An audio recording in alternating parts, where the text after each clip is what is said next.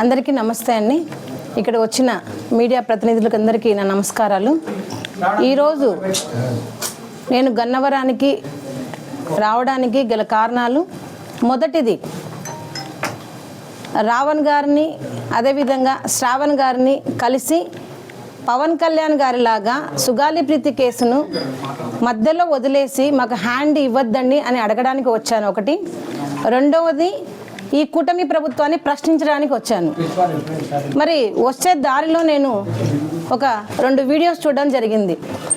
2019 నుంచి 2024లో మరి 2023లో మరి పవన్ కళ్యాణ్ గారు మరి గుంటూరులో సభలలో చాలా సందర్భాల్లో సుగాలి ప్రీతికి జరిగిన అన్యాయాన్ని చాలా గట్టిగా ప్రశ్నించారు, చాలా బాధపడ్డారు. మరి అధికారంలోకి రాగానే ఫస్ట్ కేసు సుగాలి ప్రీతి కేసు అన్నారు. మరి ఇప్పటి వరకు కూడా గెలిచిన 2 సంవత్సరాలు అయిన తర్వాత కూడా ఇంతవరకు కూడా సుగాలి ప్రీతి కేసు విషయం కానివ్వండి, సుగాలి ప్రీతి కేసులో ఏ అప్డేట్స్ కానివ్వండి, మరి మీడియా ముఖంగా కానీ లేదంటే ప్రజలకు తెలియజేయడంలో కానీ ఇంతవరకు కూడా కూటమి ప్రభుత్వం చేయలేదు. ఇంకొకటి కూడా ప్రభుత్వాన్ని ప్రశ్నించాలని అనుకుంటున్నాను.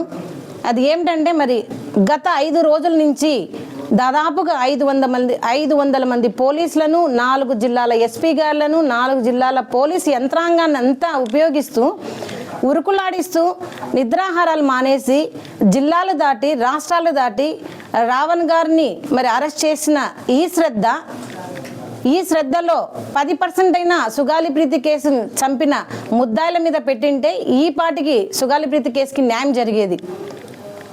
ఆ ముద్దాయిలు స్వేచ్ఛగా మరి మా కర్నూలులో మా కళ్ళ ముందరే తిరుగుతూ ఉన్నారు.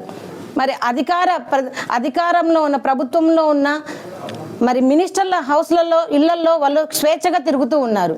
ఎందుకు ఈ వివక్షత అని అడుగుతా ఉన్నాను. మరి రావణ్ గారు చేసింది తప్పైతే కోర్టులు ఉన్నాయి, శిక్షిస్తారు. మీరు ఇంత కక్షపూరితంగా నిన్న కేసు పెట్టి ఈరోజు అరెస్ట్ చేయడం, దాంట్లో మళ్ళీ బెయిల్ ఇవ్వడం, అలా 4 అబద్ధపు కేసులు పెట్టి 4 మరి విడుదలగా బెయిల్ ఇచ్చారు. అంటే జడ్జి గారు చదివి, జడ్జి గారు ఒక కోర్స్ చేసి, మరి జడ్జి గారు ఒక న్యాయస్థానంలో ఉండి మరి అవి చదివి మరి ఇది బెయిలబుల్ సెక్షన్సే కాబట్టి అని వాళ్ళు బెయిల్ ఇవ్వడం జరుగుతుంది. మరి ఈ ప్రభుత్వానికి కనిపించడం లేదా అంటే న్యాయ వ్యవస్థకు ఈ ప్రభుత్వం ఏమి మరి గౌరవం ఇస్తుందని అడుగుతా ఉన్నాను. నేను ఒకటే కూటమి ప్రభుత్వాన్ని అడుగుతున్నాను. రావణ్ గారి మీద ఎన్ని రేప్ కేసులు రిజిస్టర్ అయ్యాయి?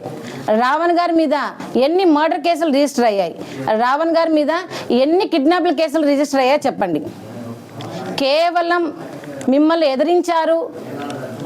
మీరు ఎప్పుడైతే పవన్ కళ్యాణ్ గారు డిప్యూటీ సీఎం హోదా అయిన తర్వాత నా కూతురు సుగాలి ప్రీతి కేసునికి నేనేమి చేయలేనని 2 చేతులు ఎత్తేసినప్పటి నుంచి మరి సుగాలి ప్రీతి కేసుని ప్రజల్లోకి తీసుకెళ్తున్నారు, ప్రశ్నిస్తున్నారు మరి యూట్యూబ్ ఛానల్ రావణ్ గారు. అందుకే మీరు కక్ష కట్టారా పవన్ కళ్యాణ్ గారు? సుగాలి ప్రీతి కేసును నేను వదిలేశాను కాబట్టి ఇంకెవరు కూడా మాట్లాడకూడదనే ఉద్దేశంతో మీరు కక్ష కట్టి మరి రావణ్ గారిని మీరు ఇట్లా కక్ష సాధింపులకు చేస్తున్నారా? కన్నీళ్లు పెట్టిస్తున్నారు. ముద్దాయిలు నా కూతుర్ని చంపేసి ఒక విధంగా నాకు మానసిక క్షోభ కదిలిస్తే ఆ ముద్దాయిలకు సహకరించుకుంటూ, ఆ ముద్దాయిలకు వత్తాసు పలుకుతూ వారు స్వేచ్ఛగా తిరిగే ఈ ప్రభుత్వము నాకు మరొక ముద్దాయిలాగా కనిపిస్తూ ఉంది. ఈ కూటమి ప్రభుత్వం ఇప్పటికైనా మీరు రావణ్ గారిని అరెస్ట్ చేసి ఆయనకు రిమాండ్ చేయాలని ఏవేవో కేసులు పెట్టి మరి ఇప్పుడు ఈరోజు కూడా నాకు తెలిసిన కేసు విషయం అంటే దేశద్రోహం కేసు. నిజంగా దేశద్రోహుడు అయితే కనుక ఇప్పటి వరకు మనతో పాటు కలిసి ఉండరు రావణ్ గారు. నిజమైన కేసులు పెట్టండి.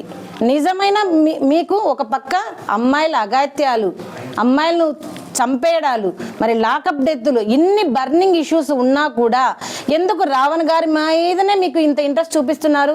అంటే కేవలం సుగాలి ప్రీతి కేసును మరి వెలిగెత్తి ప్రశ్నించారని మీరు కక్ష కట్టి ఇలా చేస్తున్నారా పవన్ కళ్యాణ్ గారు? నిజంగా మీరే మాకు ఎన్నోసార్లు చెప్పారు ఫస్ట్ కేసు సుగాలి ప్రీతి కేసు, మరి సుగాలి ప్రీతి కేసు కోసమే నేను పార్టీలోకి వచ్చాను, నాకు ఒక్క సీటు కూడా లేదు, ఒక్క సీటు ఉన్నా మీకు న్యాయం చేసేదాని తల్లి అని మీరు మీకు చెప్పిన మాటలు మర్చిపోయారా? ప్రజలు మిమ్మల్ని నమ్మి ఓట్లు వేసి మరి 100కి 100 స్ట్రైక్ పర్సెంట్ ఇచ్చిన తర్వాత ఇప్పుడు మీరు చేతులు ఎత్తేసారు సుగాలి ప్రీతి కేసులో ఏమీ లేదు, తారుమారయ్యాయి అని. మీరు మొన్న రైట్ ఆఫ్ స్పీచ్ గురించి ఎక్సలెంట్గా మీరు ఒక స్పీచ్ ఇచ్చారు పవన్ కళ్యాణ్ గారు. చాలా నిజంగా కరెక్ట్గా చెప్పారు. ప్రశ్నించండి, ఎదురించండి, మర్యాదగా మాట్లాడండి అని. మరి అదే విధంగా ఆధారాలు లేకుండా మాట్లాడితే మేము ఒప్పుకోము అన్నారు. మరి అదే విధంగా నేను అడుగుతున్నాను, ఏ ఆధారం ఉండి మీరు మరి సుగాలి ప్రీతి కేసులో అన్ని తారుమారయ్యాయి అని చెప్పారు? చెప్పండి. మా దగ్గర ఉన్న మీకు చూపించిన పోస్ట్ మార్టం రిపోర్టే ఉంది, మీకు చూపించిన సైటాలజీ రిపోర్టే ఉంది, మీకు చూపించిన సిడిఎఫ్డి రిపోర్టే ఉంది, డిఎన్ఏ రిపోర్ట్ కూడా ఉంది. ఏది తారుమారయ్యాయని మీరు ఆధారాలు లేకుండా మీరు ప్రెస్ మీట్లో సుగాలి ప్రీతి కేసు గురించి చెప్పారు. మరి ఇప్పుడు మీ మీద ఎన్ని కేసులు పెట్టాలి చెప్పండి. మీరు నాకు మాట ఇచ్చారు, ఫస్ట్ కేసు సుగాలి ప్రీతి కేసు అన్నారు. మరి ఇంతవరకు కూడా సుగాలి ప్రీతి కేసు ఊసే లేదు అంటే మీరు నన్ను మోసం చేసినట్లే కదా, చీటింగే కదండి. ఒక డిప్యూటీ సీఎం హోదాలో ఉండి మీరు ఒక వికలాంగురాలకి మరి మాట ఇచ్చి మర్చిపోవడం అనేది చీటింగ్ కాదా?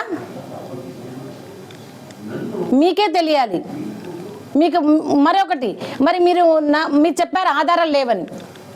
ఏ విధంగా మీరు ఆధారాలు లేవని, ఏమి మీ దగ్గర ఏ ఎవిడెన్స్ పెట్టుకుని ఆధారాలు లేవని చెప్పారు? చెప్పండి. ప్రతి ఒక్క రిపోర్ట్ మీకు చూపించాం, ప్రతి ఒక్క పేజీ కూడా మీకు చదివి వినిపించాం. సార్ పలానా అధికారులు పలానా 2017లోంచి 2019లో ఉన్న కూటమి ప్రభుత్వంలోనే ఉన్న అధికారులే నా కేసుకి అన్యాయం చేయాలని చూశారు, వారిని ముద్దాయిల లిస్టులో చేర్చి వాళ్ళు ఇంట్రాగేట్ చేయండి అంటే ఇంతవరకు పట్టించుకోలేని మీరు ఇప్పుడు హడావుడిగా 5 రోజుల నుంచి మొత్తం యంత్రాంగాన్ని అంతా మీరు తిప్పేస్తున్నారు, యంత్రాంగంతా నిద్రపోనికుండా చేస్తున్నారు. మీరు మీ పవర్ని ఇలా మిస్యూజ్ చేస్తారని మేము అనుకోలేదు పవన్ కళ్యాణ్ గారు. నిజంగా మీ పవర్ చూపించాల్సినది నాకు మాట ఇచ్చిన మీ సుగాలి ప్రీతి కేసులో మీరు చూపించి ఉంటే 10% అయినా ఈరోజు ముద్దాయిలకు శిక్ష పడి ఈరోజు నా కడుపు కోత తగ్గేది. రేపు నెల వస్తే 19 ఆగస్టు 2026కు నా కూతురు నన్ను వదిలిపెట్టిపోయి 10 సంవత్సరాలు అవుతుంది. మరి ఈ 10 సంవత్సరాలు కూడా నేను ఇంత పోరాటం చేస్తుంటే మీరు గద్దె ఎక్కిన తర్వాత డిప్యూటీ సీఎం హోదాలో ఉండి ఏమీ ఆధారాలు లేవు అని మీరు ముద్దాయిలకు క్లీన్ చిట్ ఎలా ఇస్తారు? ముద్దాయిలతో మీరు కుమ్మక్కైపోయారని అడుగుతా ఉన్నాను. మరి మీరు మొదటి సంతకం చేస్తా అన్న పెన్ను ఎక్కడుంది పవన్ కళ్యాణ్ గారు? చెప్పండి. ఆ పెన్ను ముద్దాయిల ఇంట్లో ఉందా? ముద్దాయిల బీరువాలో ఉందా? నేను అందుకే ఈరోజు గన్నవరానికి వచ్చాను మరి పని మీద. మరి ఇదే గన్నవరంలో నేను ఒక 2 వీడియోస్ కూడా చూశాను. నేను కూడా గన్నవరం పోలీస్ స్టేషన్లో ఈరోజు పోలీస్ స్టేషన్లో కంప్లైంట్ ఇవ్వడానికి తీసుకెళ్తున్నాను. మరి పోలీసులు కూడా కంప్లైంట్ తీసుకొని ఏదైతే రావణ్ గారి మీద చేశారో మరి అదే విధంగా కూడా నాకు ఎవరైతే అన్యాయం చేశారో సుగాలి ప్రీతి కేసులో నాకు మొదటిగా అన్యాయం చేసింది పవన్ కళ్యాణ్ గారు, మాటిచ్చి మరిచింది పవన్ కళ్యాణ్ గారు, మాటిచ్చి మోసం చేసింది పవన్ కళ్యాణ్ గారు.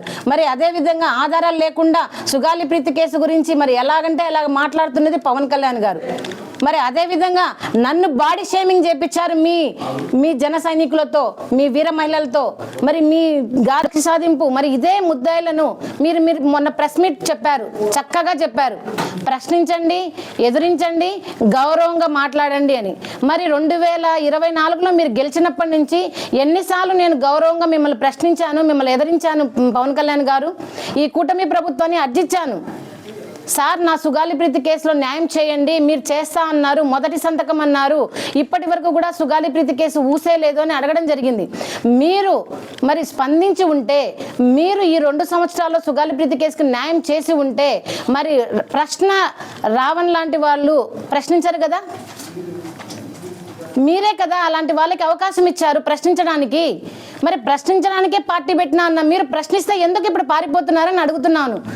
నిజంగానే మీరు చిత్తశుద్ధి ఉండి ఒక వికలాంగురానికి నేను మాటిచ్చాను, ఒక తల్లికి నేను మాటిచ్చాను అన్న కన్నీళ్లు చూసే మీరు మెంబర్స్తో నన్ను బాడీ షేమింగ్ చేపించారు. నేను ఒక అవిటిదాన్ని అన్నారు, నా కులాన్ని ప్రస్తావించారు. మరి ఇదేనా మీరు చెప్పింది?